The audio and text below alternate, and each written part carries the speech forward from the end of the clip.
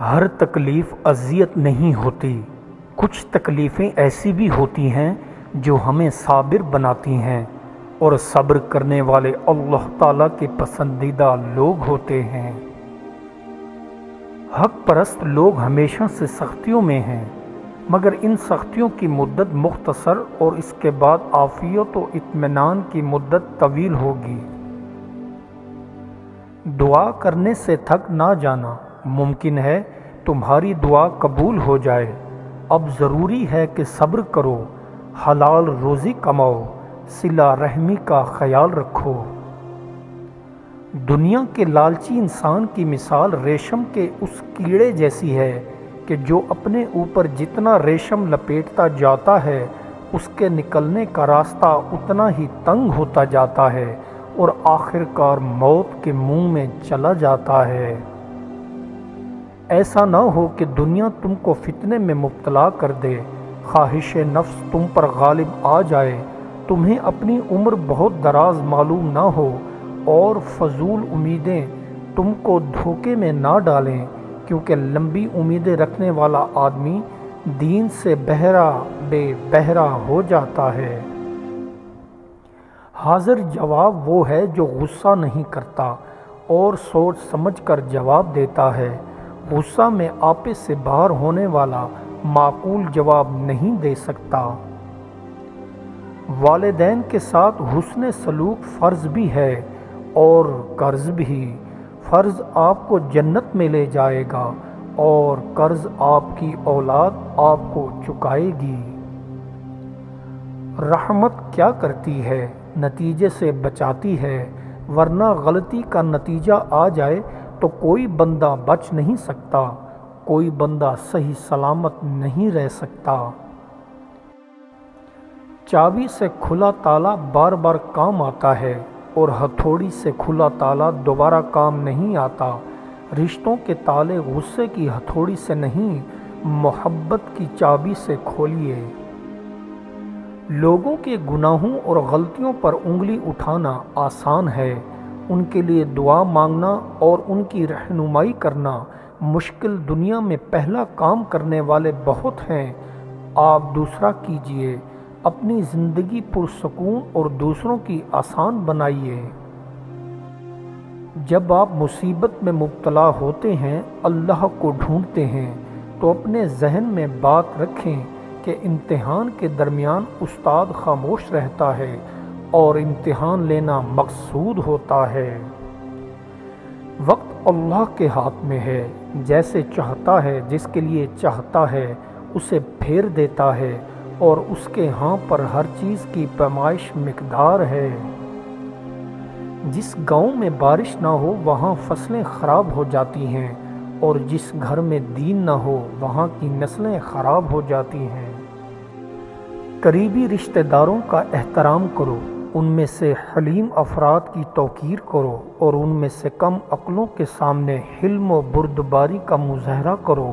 اپنے رشتہ داروں میں بدحال اشخاص کے لیے آسانیاں فراہم کرو، کیونکہ یہی لوگ پریشانی و خوشحالی میں بہترین مددگار ہوں گے۔ اللہ تعالیٰ اپنے بندوں سے دو خصلتوں کے علاوہ کچھ نہیں چاہتا۔ اول، اللہ کی نعمتوں کا اقرار کریں، جس کے نتیجے میں ان پر نعمتوں میں اضافہ ہوگا۔ دوم، اپنے گناہوں کا اقرار کریں، جس کے نتیجے میں اللہ ان کے گناہوں کو معاف کر دے گا۔ جو رشتہ دار تمہارے بارے میں دوستی و محبت کے جذبات ہی نہیں رکھتا، اسے اپنا رشتہ دار مت سمجھ۔ تمہاری موت کئی مرتبہ تمہارے پاس آ چکی ہے، لیکن تمہارا اپنے رشتہ داروں سے اچھا سلوک کرنا ہر بار تمہاری موت کو ٹال دیتا ہے۔ اونٹ کے کوہان میں چھری اتنا جلدی اثر نہیں کرتی جتنا جلدی رزق ان لوگوں کے پاس آتا ہے جو دوسروں کو کھانا کھلاتے ہیں۔ شہوات مار ڈالنے والے امراض ہیں اور ان کا اعلیٰ ترین علاج ان پر صبر کیے رہنا ہے۔ کسی ضعیف کے مقابل زور آور کی امداد نہ کرو اور کسی کمینے کو شریف پر ترجیح نہ دو۔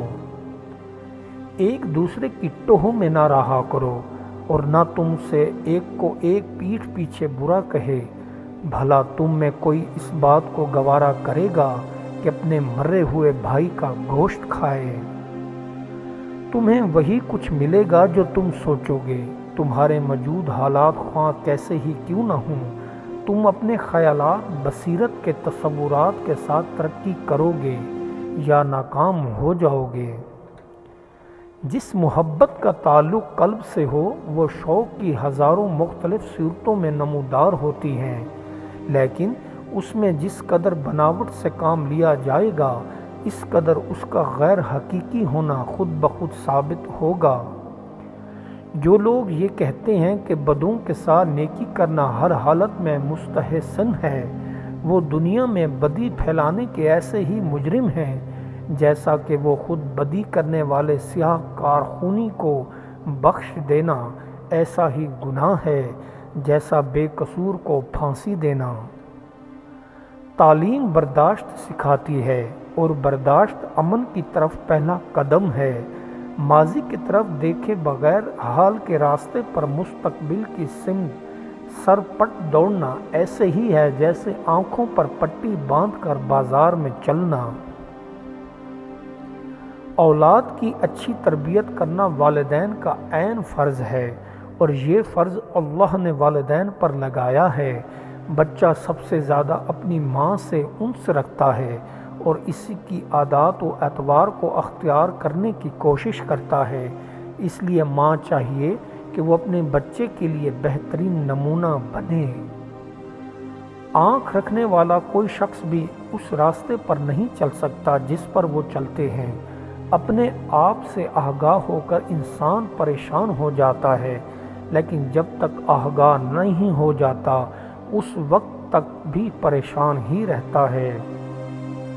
جو بندہ لوگوں کی ضروریات کو اچھی طرح سے سر انجام دیتا ہے وہ حکومت اور سرداری کا مستحق ہو جاتا ہے۔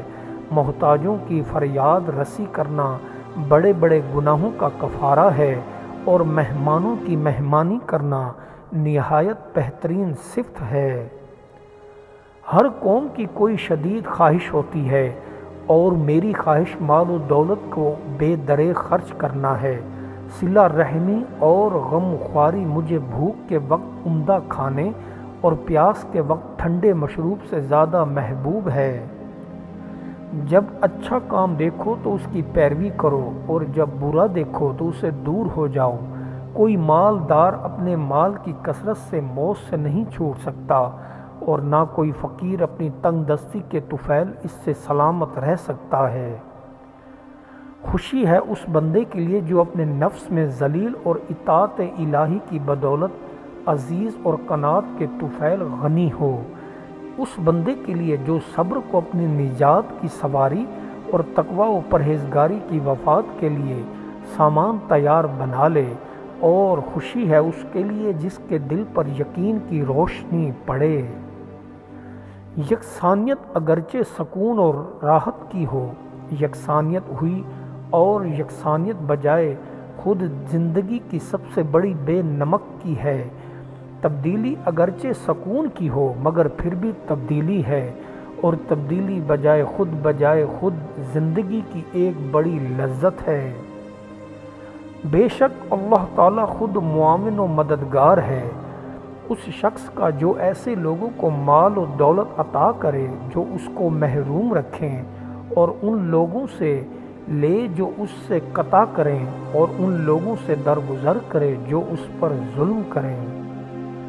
ہر ایک معاملہ میں یہ کہہ دینا کہ چلو دیکھا جائے گا بظاہر تو بہت آسان ہے، مگر یاد رہے کہ اسی دیکھا جائے گا کہ دو لفظوں نے عالم کو تباہی میں ڈال رکھا ہے اور ایک اندھے کنویں میں دھکیل رکھا ہے۔